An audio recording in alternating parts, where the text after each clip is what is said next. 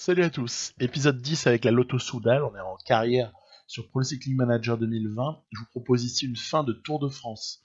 Un Tour de France qu'on a un petit peu entamé, on a à peu près joué la moitié euh, au cours de l'épisode 8 un tout petit peu et 9 surtout.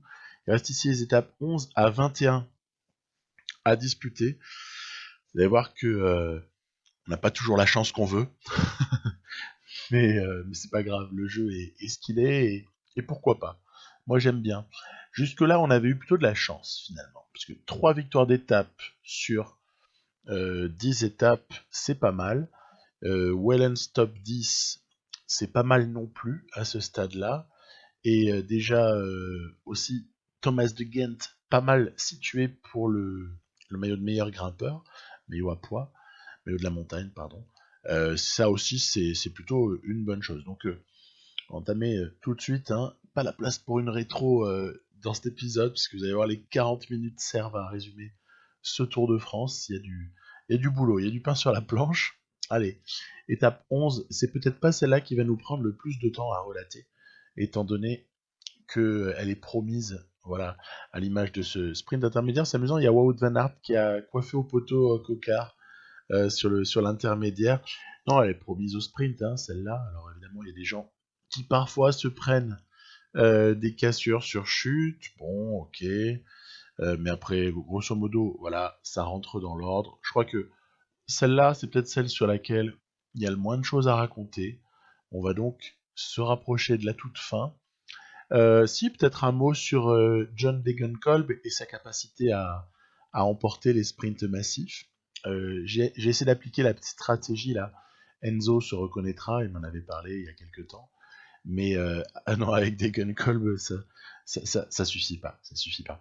Il a bien d'autres qualités. Et Dieu sait si au cours d'épisodes précédents, voilà, je vous l'avais montré plutôt à son avantage. Hein, on se souvient d'un triplé GPE3 Gant-Wevelgem Tour des Flandres, mais aller comme ça à gagner des sprints massifs, ça n'est pas pour ce John Degenkolb là. Pas grave, pas de problème.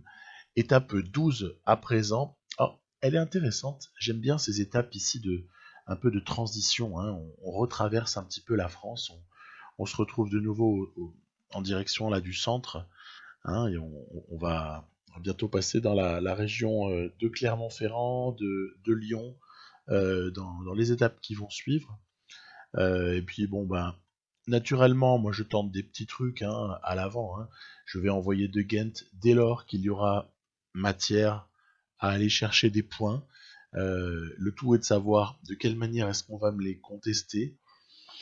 Est-ce que je vais pouvoir résister avec la capacité d'accélération de Ghent, qui est assez faible, hein, avouons-le. Si on veut gagner le classement de la montagne, c'est sur la régularité, c'est sur bien souvent essayer de valider des points où De Ghent passe tout seul, vous voyez, ce type de choses. C'est là-dessus que ça peut se faire, mais c'est certainement pas en allant comme ça arracher des sprints au nez à la barbe des Ben Hermans, on a aperçu, il y aura un petit peu plus tard Esteban Chavez qui va se mêler à la lutte, il y a comme ça des types qui sont plus rapides que De Ghent, donc il faut jouer sur un autre registre. C'est comme Degenkolb au final, c'est pas sur la vitesse pure qu'on va aller gagner une étape avec John Degenkolb, ben pour De Ghent c'est pareil, il y a des petites contraintes, donc c'est amusant, on apprend à vivre avec, et c'est plutôt sympa au final. Après, De Ghent est aussi capable de faire des trucs que plein d'autres coureurs ne sont pas capables de faire. Donc le package me va, je le prends et je ne rejette rien. Vous voyez ici par exemple, on a été repris, hein, ça a bien roulé sur cette étape-là, il n'y avait pas moyen de le faire. Je vais quand même retenter pour la forme de repartir, hein, parce qu'on n'est pas du style à baisser les bras comme ça, mais non, non, non. Non, ça roule pas mal, donc après tout, autant l'accepter. Euh, ça ne veut pas dire qu'on n'a pas peut-être quelque chose à tenter à un moment donné. Hein. Donc à partir de là, on reste bien positionné à l'avant et on regarde à tout hasard s'il n'y aurait pas un petit quelque chose à faire à un moment, puisqu'au final, Thomas de Ghent a déjà eu son étape, donc son objectif à ce stade, c'est vraiment le classement de la montagne. On a eu aucun succès pour le moment avec Degenkolb, mais avec Philippe Gilbert non plus. Donc peut-être que c'est ça que j'aimerais bien faire, c'est essayer de voir ce qui est faisable avec Gilbert. Cela dit, voilà, s'il y a moyen de piéger l'IA, confère Giro précédent dans la partie, s'il y a moyen de la piéger sur une fin d'étape où finalement Wellens, avec ses plus de 3 minutes de retard au général, peut éventuellement bénéficier d'un petit laisser aller, hein, allez mon grand, pas grave, de toute façon t'es pas dangereux en montagne, dès que ça commence à arriver au sommet, tu n'es pas dangereux, donc tente ta chance et peut-être que rien du tout, puisque en fait ça roule très très fort derrière. Bon, j'avais autre chose en tête, je vous l'avoue, au moment où j'ai lancé cette offensive. Vous allez pas tarder à voir ce que j'avais en tête. Donc, bah ouais, c'est la fameuse contre-attaque. Voilà, je vais pas le dire à l'avance, mais c'est la fameuse contre-attaque de l'équipier qui, par contre, lui, ne représente pas la moindre menace au général. Vous voyez, on avait réduit le groupe là, il y avait quoi, une trentaine hein, d'hommes sur le groupe qui poursuivait ardemment Wellens.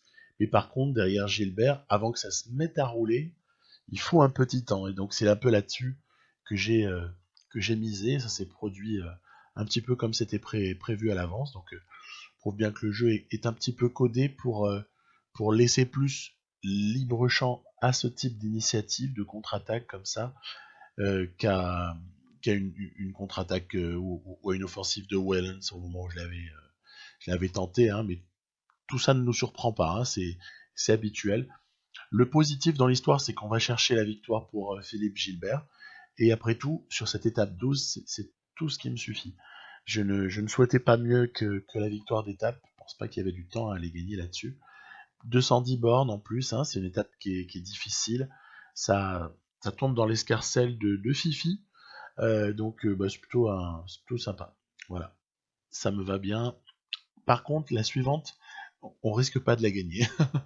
L'étape 13, avec l'arrivée au Puy-Marie, là, qui est une des étapes les plus terribles de ce Tour de France 2020. Hein.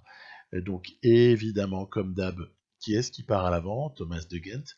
Il est bien entouré, hein. Il y a quelques très bons coureurs. On aperçoit au hasard Schachmann, on aperçoit. euh, Est-ce que Mollema est là cette fois-ci? Je ne sais plus. Mais Mollema sera beaucoup présent dans les échappées par la suite. Il y a en tout cas, voilà, il est bien entouré, Thomas de Gent. La bonne nouvelle du moment, c'est qu'on semble ne pas lui faire trop les GPM. Alors, ça reste quand même à confirmer. Hein. Vous voyez ici, on est sur un petit enchaînement. Voilà. On semble laisser à De Gent relativement la possibilité de prendre les points. Vous voyez, il n'y a pas une offensive particulière. Là, j'ai voulu scinder le groupe en deux parce que je trouvais qu'on était trop nombreux. Donc il arrive à prendre les points. Et mine de rien, ce sont des points précieux, parce que en arrivant à en accumuler à ce moment-là, à l'étape 13, là, c'est presque bon pour le maillot à poids, on va constituer comme ça un énorme écart. Après, on se laisse un petit peu porter par l'échappée, hein. Il y a de très très bons coureurs dans cette échappée. Donc autant collaborer, être un certain nombre, voilà, tout le monde. Ça s'est pas reconstitué en entier, mais quand même ça va. Il y a du monde. Et puis là, regardez, c'est le moment, bah ouais, disons-le, hein, c'est le petit drame. Le petit drame de ce Tour de France, il est dans les secondes à venir. Vous voyez, je passe sur De Gent ici pour régler je ne sais quoi, et puis, alors, Fifi qui tombe, et Tim Heuke, hein, si je pouvais m'exprimer ainsi, en référence à Tom Heuke. Donc bah ouais, Tim Wellens qui chute, et Tim Wellens qui va être contraint à l'abandon. Alors c'est vrai que déjà, vous vous souvenez à l'épisode précédent, je me posais la question avec cette engine là, savoir si je le faisais continuer ou pas. Je fais continuer, hein, bien sûr. Je pense que la chute n'a strictement aucun rapport avec l'engine, en tout cas avec le fait qu'il soit précédemment touché. Mais ça remet en cause pas mal de choses. J- J'étais j'étais pas très content au départ. Je me dis oh là là, c'est pas de bol, parce que ça empêche de jouer éventuellement stop 10 hypothétique avec Wellens sur ce Tour de France. Puis finalement, je me suis dit ouais, mais c'est la course. Enfin, les mecs qui chutent et qui abandonnent, hein, c'est assez fréquent, hein, dans la réalité. Donc pourquoi pas finalement. Vous avez vu par exemple, tiens c'est marrant, ça renvoie un poil de clin d'œil à la réalité, puisque Wellens a dû renoncer IRL au Tour de France, là, 2020, parce qu'il n'est pas suffisamment remis d'une chute.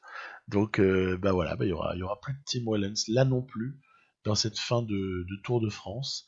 Et puis, on voit qu'à l'avant, ça se gave de points, là. Il y en a 4 qui étaient partis de Ghent. Alors, du coup, c'est dur de s'adapter.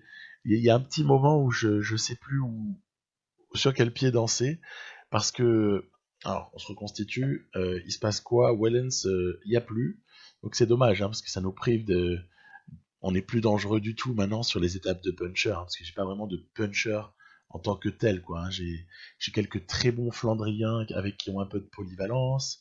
J'ai l'homme à part, cet Thomas de Ghent, mais avec des notes somme toute assez modestes également. Hein. Je veux dire, le 73 en montagne, le 75 en vallon, une note d'accélération limite mauvaise.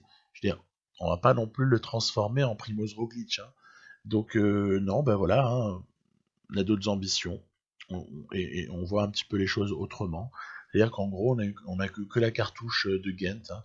Si l'échappée ne fonctionne pas, eh bien sur toutes ces étapes-là, il n'y a plus qu'à regarder un peu. Et du coup, ça par contre, ça j'ai trouvé ça intéressant. C'est pour ça que je vous le propose. Regardez un petit peu comment l'IA se comporte en fait. Hein, entre leaders. Donc on a pu voir ici par exemple Carapace qui était parti devant. Il y a c'est Adam Yates, hein, je crois, qui est parti en poursuite. Et puis il y a un moment donné où voilà, ça se réveille du côté des Bernal, Pinot, Roglic, Barguil, Soler, voilà qui sont les meilleurs au général. Et Carapace, c'est rigolo sur cette étape-là. Carapace va vraiment être à deux doigts de se la faire souffler par Bernal, alors qu'en fait précédemment Ineos lui avait fait la cassure. On voyait Kwiatkowski qui assurait un train très très faible pour permettre à Carapace de prendre je crois jusqu'à 2 minutes 30. Et puis au final c'est revenu mais très très très fort de l'arrière. Et bah oui c'est normal, je pense qu'il devait rester énormément de barres au plus fort. Et du coup, dès qu'ils ont produit leur effort, ça a fait excessivement mal. C'est pas le scénario dont on a l'habitude hein, sur PCM 20 que cette IA qui économise ses forces pour la fin de l'ascension, ce serait plutôt l'inverse. Et bon, parlons un petit peu de Wellens, puisqu'au final, le fait d'avoir été obligé d'abandonner va priver Wellens de compétition jusqu'au début du mois d'août, mais ça va aussi bloquer son pic de forme, et ça me donne forcément l'idée, vous allez dire, et sinon il n'y a que des changements de programme dans cette année là avec Wellens. Je rappelle précédemment, Tour du Pays Basque, chute, pas d'Ardennaise, et du coup report sur le Giro, et finalement troisième du Giro. Et après j'ai essayé de m'adapter pour quand même maintenir la participation au Tour de France, qui était un objectif de Tim Wellens, et chute sur le Tour de France, abandon. Et ben ici, on va essayer de se refocaliser sur cette Vuelta, hein, tout simplement. Avec un peu de chance, il va être sous pic quasiment pendant toute la Vuelta. Alors vous me direz, ce sera que son deuxième pic de l'année, et du coup le troisième pic en Lombardie là sera impossible à aller chercher. Hein. Ça va tout décaler. Genre si c'est sur ces bases là, Wellens risque d'être sous pic de forme, je sais pas moi par exemple début novembre quoi. Hein. Ça va jusque là hein, à mon sens. Hein. Donc ça va tout nous décaler. C'est un peu pourri mais bon voilà.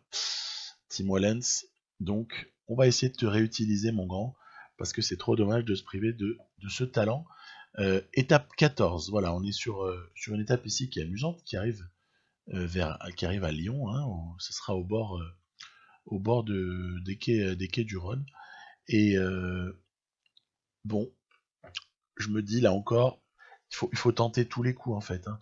Il faut pas mollir. Hein. Il y a un moment donné où quand il y a une équipe comme ça qui peut jouer que les victoires d'étape, il faut être mêlé à peu près à toutes les échappées ou en tout cas bon sélectionner un petit peu lesquels on choisit d'accompagner, lesquels on choisit par exemple c'est comme ici de rejoindre puisque il y a peu de chances que De Ghent qui part dans cette difficulté là soit contesté hein, donc il y a possibilité d'aller rejoindre les hommes à l'avant et voilà essayer de les jouer toutes surtout que il y a des petits points à prendre ici pam pour le classement de la montagne. qu'on commence à valider de plus en plus. Ça sent le maillot à pois à Paris, ça. Hein. Donc voilà, écart relativement important qui est en train de se faire, très important même pour les 6 hommes de tête. Donc ben voilà, il va falloir voir maintenant. Il y a deux de Koenig Quickstep qui sont là. Il y a De Veniers et Lampart. C'est pas Franck. Hein. Voilà, c'est Yves. Ça, c'est la petite blague. Vous savez pourquoi je la fais. Surtout, ben voilà, Gorka Issaguirre aussi, qui est quand même assez dangereux en habitude. Cousin, Jarrier aussi pour ce qui est des produits français. Et puis on arrive ici, voilà, sur les toutes petites bosses qui peuvent, en cette fin d'étape, nous permettre de tenter de faire la différence. Mais là encore, je n'ai pas quelqu'un qui punch vraiment bien. Donc les qualités de gain ne sont pas vraiment là. Donc j'ai tenté un peu ma chance. On va voir un petit peu comment ça peut se passer sur la toute fin. En tout cas, situation peu favorable à la base. Je miserai plus sur qui est le plus puncher de tous ces mecs-là. Là. En tout cas, il faut essayer d'en éliminer certains, parce qu'à la limite, ça peut nous servir. Quoi. J'ai réussi à en sortir 2 de la course, et on va terminer à 3, a priori. Terminer à 3, c'est déjà plus à mon avantage que terminer à 6. Et ben voilà, c'est Driss Devenins qui va s'imposer devant Gorka Issaguirre, et donc de gain 3ème. Je crois pas qu'il y avait des masses à faire mieux, ou alors il aurait fallu attaquer avant. Mais si j'attaquais avant, j'en avais 5 qui roulaient sur moi. C'était un peu compliqué. Celle-là était dure à prendre en fait. Surtout que la forme du jour n'était pas exceptionnelle. Donc bah voilà, toutes les échappées n'aboutissent pas, et tant mieux. Il arrive qu'on se fasse un peu posséder. Pas de changement évidemment au général. Egan Bernal toujours légèrement en tête devant Primoz Roglic. Et le classement général pourrait peut-être évoluer sur cette étape 15 avec une arrivée au sommet du Grand Colombier. Donc là, c'est assez intéressant. Comme d'habitude, je vais essayer de gratter les points de la montagne pour Thomas de Ghent. Derrière, j'ai très peu de solutions. Hein. J'ai peu de solutions. J'ai Steph Kras éventuellement qui peut de temps en temps, quand il jouit d'une bonne forme du jour, ouais, il peut peut-être accompagner les meilleurs, mais pas jusqu'à la fin d'un col. Quoi. Je peux jouer un peu sur les protections, je peux essayer de faire ce que je peux.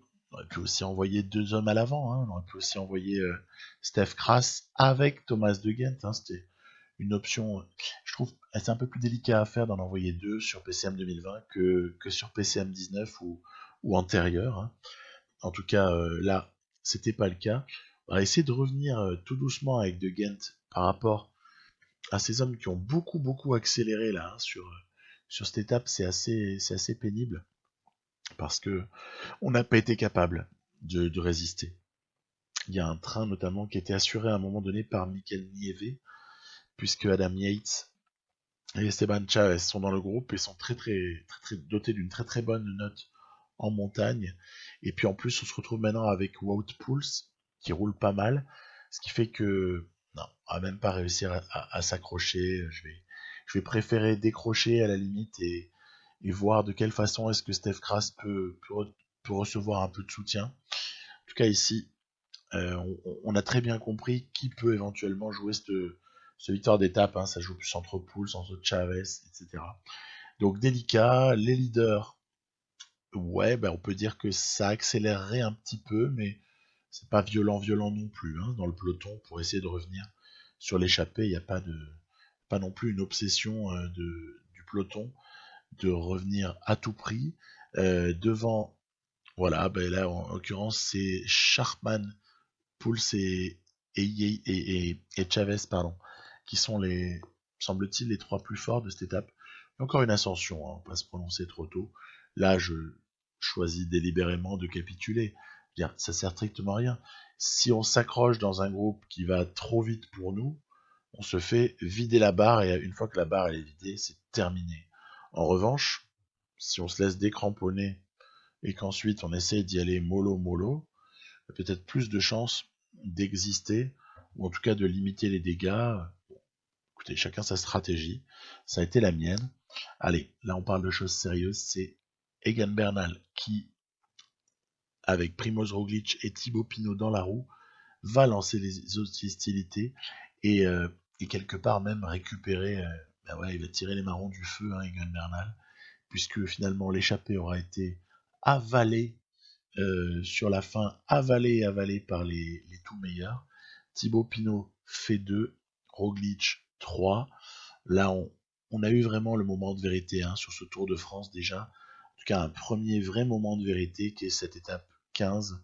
Ça arrivé au sommet du Grand Colombier, n'aura vraiment pas pardonné. Et les écarts sont considérables. Il y a des gens qui ont perdu toute illusion sur cette étape-là, rien que. Et voilà, vous pouvez penser par exemple à Barguil qui prend du champ maintenant. Il est troisième, mais il est troisième pour plus vraiment grand-chose quoi à ce stade-là. 16e étape avec l'arrivée au sommet à Villard-de-Lans. Donc, écoutez, celle-là aussi, mine de rien, elle est coquine parce que il y a quelques ascensions. Et puis derrière, ouais, je sais pas trop évaluer ce que ça peut donner dans la réalité une telle étape. Est-ce qu'elle peut pas échouer dans les mains d'un baroudeur, en fait, qui récupérerait tout ça, parce que j'ai l'impression, je la sens propice aux échappées en fait. Je la sens pas totalement propice au duel entre leaders, puisque en plus elle était à petit 7 le lendemain, avec l'arrivée au col de la Lose. Donc entre 15 et 17, je pense qu'il y aura besoin d'un petit moment de répit sur la 16. Et je vois bien cette étape comme plutôt lâchée par les meilleures équipes pour que des outsiders déçus du général s'expliquent. En l'occurrence, c'est un peu ce qui se passe ici aussi, hein, puisqu'on a quelques très bons coureurs à l'avant, mais qui n'ont pas pu peser sur le général. Pensez notamment à Bauke Mollema. On a Sam Oomen aussi qui est lâché depuis bien longtemps. Alors Vlasov, c'est plus quelqu'un qui devait jouer l'équipier de Fuglsang hein, sur ce Tour de France dans la partie. Mais en tout cas, il est bel et bien présent et les 5 hommes là font lâcher Thomas de Gendt. C'est dommage, c'est un tout petit peu après le sommet, un tout petit peu avant le sommet, excusez-moi, que Thomas de Gendt a dû lâcher. Ce qui veut dire qu'il va se retrouver tout seul à devoir rouler sur 5 hommes, alors que sinon il n'aurait eu qu'à rester tranquille. Et puis derrière, ça s'explique, c'est ça qui est intéressant toujours. Attaque très violente de Thibaut Pinot. Alors par contre, il faut m'expliquer. Thibaut, pourquoi est-ce que tu attaques sur le plat? Pourquoi est-ce que tu n'as pas fait péter ton attaque un peu avant? C'est quand même dommage, voilà. Et puis pour ce qui est de la victoire d'étape, si vous regardez les cinématiques de chaque coureur là, on a plus ou moins compris qui était le plus fort des 4, des 4 qui restent. C'est évidemment Bauke Mollema qui lui va avoir la capacité de s'arracher, là où 2 des 4 autres étaient quasiment en défaillance. Thomas de Gendt devant, cette fois-ci, se contenter d'une 6e place, voilà, et derrière Ben Hermans. Et donc, voilà, une étape qui échoue dans l'escarcelle de l'échappée. Ça en fait quelques-unes, c'est bien.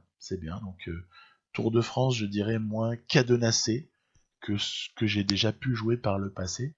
Petite parenthèse recrutement, ou en tout cas pré-recrutement, puisqu'il s'agit de prise de contact avec certains coureurs. Donc les fameux dossiers, on est sur la dernière phase de dossier ici. Je vais notamment abandonner, puisqu'on avait voté sur le Discord, il y avait une immense majorité qui souhaitait prendre Dylan, enfin immense, une vraie majorité qui avait voté pour la doublette Dylan Teuns, Lorenz 2+. Pour maintenir le suspense, et puisque Pinot a 100% d'intérêt sur nous, Charman est éliminé dans ma tête. En revanche, il y en a un qui n'est pas éliminé, c'est Alaphilippe, et Gaudu également. Donc je vous avais donné le choix, je vous avais fait voter à un moment donné. J'avais dit Pinot, Gaudu ou Alaphilippe. Et au final, du vote, du vote sur le Discord, c'était évidemment Teuns qui était sorti. Donc vous ne vouliez pas de solution française pour augmenter un petit peu le leadership de cette équipe Lotto Soudal. Pourquoi pas? Je trouve que c'est c'est un concept. C'est un concept. Moi, j'avais proposé. Parce on me demande toujours de prendre des coureurs français, en fait, dans mes parties. Et je me suis dit, bah écoute, propose un français, ça peut être marrant, puisqu'on a besoin d'un gros coureur, là. Et bah, finalement, on m'a dit qu'on préférait deux Belges. Donc moi, avec l'Auto Soudal, je suis ravi, hein. Parce qu'au final, ça cadre beaucoup plus, quoi. Ok, étape 17. Donc ça, c'est délicat, hein. Cette étape 17, à mon sens, elle pourrait vraiment être l'étape sur laquelle la décision se fait sur Tour de France. On voit ici qu'on est dans un passage au sommet du col de la Madeleine, hein. Vous avez reconnu sûrement l'ascension de la Madeleine avec le hors catégorie et la difficulté qui allait avec. Donc c'est col de la Madeleine et puis ça se termine avec, je crois que c'est un petit peu au-delà des 2300 mètres d'altitude, le col de la Lose. Donc pas mal du tout, et surtout à l'avance on peut se dire, si on n'est pas dans un jeu, on peut se dire assez propice à Egan Bernal en vérité. Puisque celui qui paraît le mieux armé sur ce type d'arrivée, ce type même d'ascension, ça paraît être Egan Bernal. Ou alors un Dumoulin qui aurait vraiment bien trouvé son pic entre temps et qui serait dans une énorme forme pourrait limiter les dégâts, mais j'ai du mal à voir comment ça peut échapper à Egan Bernal, cette histoire-là. Comme d'habitude, je me fais un petit peu décrocher avec De Gendt parce qu'il n'y a aucun espoir de résister à l'accélération des favoris. Ça y est, c'est parti. Roglic, Pinot, Fuglsang, mais que font les Ineos? Pourquoi ne réagissent-ils pas?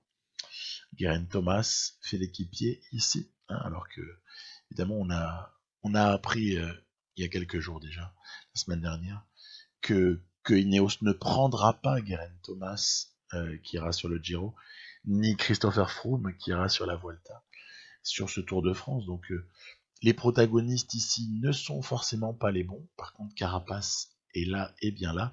Et vous avez vu cette contre-attaque de Egan Bernal, c'est juste somptueux et ça colle en plus avec ce qu'on peut penser, imaginer, voir sur le prochain Tour de France. Vous avez ici Roglic qui roule derrière. Les échappés sont avalés les uns après les autres par Egan Bernal qui est un petit peu en train de s'envoler surtout vers une victoire finale dans ce Tour de France. Regardez, c'est intéressant parce qu'il y a la cinématique de défaillance, hein, sur Bernal. Et pour autant, même avec cette cinématique de défaillance, qui pourrait nous faire dire, Pinot, Roglic vont peut-être reprendre un petit peu de temps sur lui. Et ouais, mais le problème, c'est qu'ils sont pas vraiment mieux que Bernal, hein.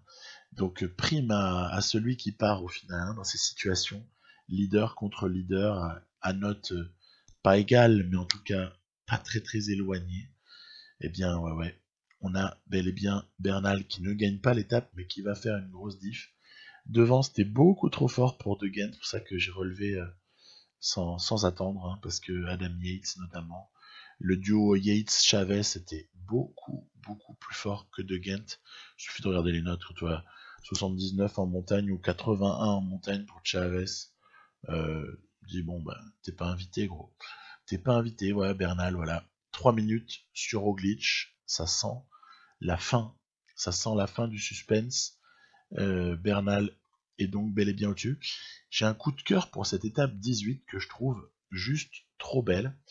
Et c'est peut-être sur cette étape-là, vous voyez, que l'absence, pour moi, avec l'Auto Soudal de Tim Wellens, se fait le plus ressentir. Parce que sur ce type d'étape-là, si j'avais Wellens, je pense qu'il y avait moyen de faire vraiment quelque chose. Soit en montant, en étant protégé, en tenant avec les favoris, en se barrant, je sais pas, par exemple, avant le plateau des Glières, ou quelque chose comme ça. C'est l'avant-dernière ascension. Soit carrément s'il avait suffisamment de retard au général en partant en échappée et là en étant assez certain de bien figurer, quoi. Au lieu de ça, eh ben ouais, ici colle mon Thomas, hein, objectif, va racler des points. Après tout, en première catégorie, ça fait 10, 8 et 6. Donc déjà, valider une 3e place comme ça sur tous les classements montagne, honnêtement, c'est pas mal, hein. Dans l'optique du maillot à pois, c'est excessivement précieux et ça peut même être un objectif en soi, finalement, ça peut nous suffire. D'ailleurs, il vaut mieux parce que devant, il y a deux hommes qui sont inarrêtables, c'est Chavez et Bok Molema. Et regardez l'avance qu'ils ont prise. C'est assez incroyable. En plus, on n'est même pas capable de maintenir l'avance sur le peloton du côté des poursuivants, qui étaient de Gent et Samomen. Évidemment que je vais retenter de m'échapper, c'est un peu le jeu. Hein. Il faut quand même retenter, sait-on jamais. Mais le problème, c'est que je suis en chasse-patate absolu là. Les deux de devant, ils sont à plus de 4 minutes. Thomas de Gent, il n'a pas la moindre chance de reprendre 4 minutes, alors qu'il grimpe moins bien que les deux de devant, Molema Chavez. Donc, allez, on est rentré dans le peloton, on a bien compris, on a un peu pris les points en fait, hein, c'est pour ça que j'étais sorti aussi. Et on a bien compris qu'il n'y a pas grand-chose à espérer. D'ailleurs, le sommet ici vient d'être passé, mais à l'extrême limite de se faire lâcher. Et puis je me suis dit, tiens, bah, écoute, est-ce que tu protégerais pas Kras au cas où, parce que Kras est doté d'une bonne forme du jour. Ce jour-là, je crois qu'il s'est pris un petit plus 4 ou comme ça, malgré sa petite maladie, là où je ne sais plus. Ouais, mais le souci, c'est qu'au final, les équipiers de Jumbo Visma, déjà, suffisent à faire péter mes coureurs. C'est trop difficile. C'est beaucoup trop difficile. Donc, regardez, après De Gent qui lâche, on va assister. Alors, évidemment, il y a de l'attaque, hein, tant mieux. Attaque entre favoris et Roglic Pinot qui essaie de prendre une petite avance. Le plateau des Glières avec sa fameuse petite route ici. Voilà un peu type Strade Bianche au sommet. Parce que c'est intéressant. Il y a des beaux pourcentages hein, sur ce plateau des Glières. Je sais pas si vous l'avez vu au passage, mais c'est assez monumental au niveau du pourcentage. Et ben voilà, on est ici sur une petite lutte entre Roglic et quelques poursuivants. Toute la force d'Ineos est représentée ici, hein, puisque vous avez quand même 3 équipiers pour Bernal, alors qu'on est très très loin et qu'il y a eu un gros enchaînement de difficultés. La seule chose qui aurait pu menacer, voilà ici on les voit revenir, la seule chose qui aurait pu menacer Ineos et Egan Bernal, c'était la chute qu'ils avaient subie juste avant. Je vous ai laissé l'image juste avant, c'est pour ça qu'ils avaient subi une cassure en fait. Et donc est-ce que Roglic va réussir à profiter de tout ça? On n'en sait rien. Par contre, il y en a un qui va profiter de sa supériorité en tant que puncher vis-à-vis de l'ami Chavez. C'est Molema qui semble sur le point d'aller cueillir comme ça une deuxième victoire d'étape. Voilà, c'est ici que ça se passe. Deuxième victoire d'étape pour Bok Molema. Rien à dire, rien à redire. C'est limpide. Et derrière, tiens, c'est même le Kwiatkowski qui vient prendre la 3e place. Et vous voyez, le groupe de poursuivants arrive quasiment dans le même temps. Il n'y a aucun temps qui a été vraiment gagné. Ouais, quelques secondes, quoi. Sur Bernal. Hein. Donc, Roglic a eu beau tenter tout ce qu'il a voulu. Il n'y avait pas moyen. Il n'y avait pas moyen du tout. Donc, encore une fois, au classement, il y a de moins en moins de doutes. Parce que je ne vois pas à ce stade-là Egan Bernal perdre 3 minutes sur Roglic sur le contre-la-montre de l'étape 20. Hein. Pas non plus déliré. Hein. Donc, Bernal va être sacré. Et puis nous, on se dit, bah, c'est la dernière, hein, dernière occasion. Hein. Parce que la 20, elle n'est pas pour nous. Hein, ce contre-la-montre... contre-la-montre à planche des belles filles pour terminer avec 30 bornes avant, c'est pas vraiment pour un de nos coureurs. Et ça changerait rien que Wellens soit là, c'est la même chose. C'est pas du tout pour nous. Gilbert a eu la sienne, Thomas de Gent a eu la sienne. Bon bah écoutez, on va tenter le coup avec John Degenkolb parce que victoire de prestige recherchée, quoi, hein, tout simplement. Si on peut essayer d'en chercher une, ce sera pas de refus. Parler au début de vidéo des conditions dans lesquelles je pouvais envisager de gagner avec John Degenkolb. Elles sont soit sur Flandrienne, ces conditions, celles-là elles sont naturellement réunies, hein, soit il me faut un profil un peu difficile, du retard au général, un peloton qui se fait embrouiller à un moment donné, une grosse accélération aussi pour essayer d'éliminer les moins forts de l'échappée, comme ça il vaut mieux lutter à 3 que lutter à 6 en ayant laissé des gens sucer la roue sans se consommer. Et ben voilà, c'est ainsi que on va certes en apparence laisser revenir certains, mais regardez, il y a Valgren là qui est en train de lâcher, et on va se retrouver très rapidement à deux hommes pour, on espère, un coup fin. Van Mark, John Degenkolb, donc deux Flandriens pour essayer d'aller au bout. 1 minute, hein. C'est pas gagné, hein. 1 minute d'avance, honnêtement, faut prendre les relais, hein. Alors là, vous voyez, j'ai premier exemple où je prenais la roue de Van Mark, mais après il faut s'y donner, hein. On a fait énormément rouler John Degenkolb. L'idée c'était absolument pas de la jouer petit bras, parce que sinon ce serait jamais passé en fait. Il fallait alimenter cette échappée, donner du soutien à cette Van Mark, et évidemment avec un truc derrière la tête, c'est que Van Mark, vainqueur à Roubaix hein, dans cette partie 2020 là, c'est lui qui a battu Wout Van Aert au sprint, hein, donc méfiance. Mais bon là voilà, on avait eu la mini cinématique de défaillance, c'était le moment de planter Van Mark. Beaucoup plus difficile de battre Van Mark à Roubaix que de le battre sur ce type de finish, où là c'est presque cousu de fil blanc, il n'y a pas beaucoup de fierté à ressortir hein, de ça, c'est juste une petite satisfaction d'avoir ajouté une petite ligne au palmarès de Degenkolb en 2020. Voilà. On passe là après à ce fameux contre-la-montre, donc, de la planche des belles filles. Alors oui, il faut jamais oublier qu'il y a 29 km avant cette montée finale qui dure un petit peu plus de 6 km, qui est difficile. Alors il y a quelque chose de particulier sur Pro Cycling Manager 2020 par rapport à ce contre-la-montre. C'est que, comme vous allez pouvoir voir sur... voilà, j'ai choisi des mecs qui sont pas forts du tout, hein, et pour voir un petit peu quel pouvait être leur impact, et surtout quel pouvait être le niveau d'effort qu'on pouvait leur mettre sans être très impacté. On a vu juste avant Yellow Wallace, 58 en montagne. Ici c'est Hansen, avec bon, que 65 je crois, ou 67, quelque chose comme ça avec le bonus. Même Philippe Gilbert, regardez, Philippe Gilbert va très bien résister, pourtant avec une grosse charge d'effort. Donc ça c'est un petit conseil, si vous le jouez un de ces jours, n'oubliez jamais qu'il faut appuyer très fort, et beaucoup plus fort d'ailleurs que d'habitude, sur cette montée finale, parce que le contre-la-montre est ainsi géré en fait par le jeu, hein. Je ne vais pas commencer à polémiquer. Ce qui est intéressant ici, c'est entre Thomas de Gent et Kruijswijk, le différentiel. Vous voyez, il y a Kruijswijk qui dépasse de Gent sur le plat parce qu'il devait être en effort assez intense. Et puis derrière, en fait, de Gent n'arrivera pas à reprendre Kruijswijk pendant assez longtemps. Il faut dire que Kruijswijk, il y a les notes qu'il faut hein, pour résister. Cependant, il y aura, hop là, la toute petite défaillance à la fin pour le souffler. Donc, si je devais voilà, résumer, 76, 78, voire même 80, on va savoir, sur le plat, peut être précieux. Et vous avez vu après, les mecs qui sont en tête, il n'y a rien à dire. Hein. Dumoulin, Roglic, Bernal, Froome, Pinot, ouais, bah, honnêtement, en forme, c'est ces mecs-là hein, qui doivent être les meilleurs. Et puis après, ne pas hésiter à mettre un effort très important sur les 6 km,6 en gros qui restent pour arriver au sommet, pourtant avec de très forts pourcentages. Et en temps normal, ça fonctionnerait pas. Hein. Vous mettez 88 ou 90 de barre d'effort sur 6 km, vous les terminez pas, même avec beaucoup d'avance de barre. Hein. Mais là, c'est différent. C'est un cas un petit peu à part.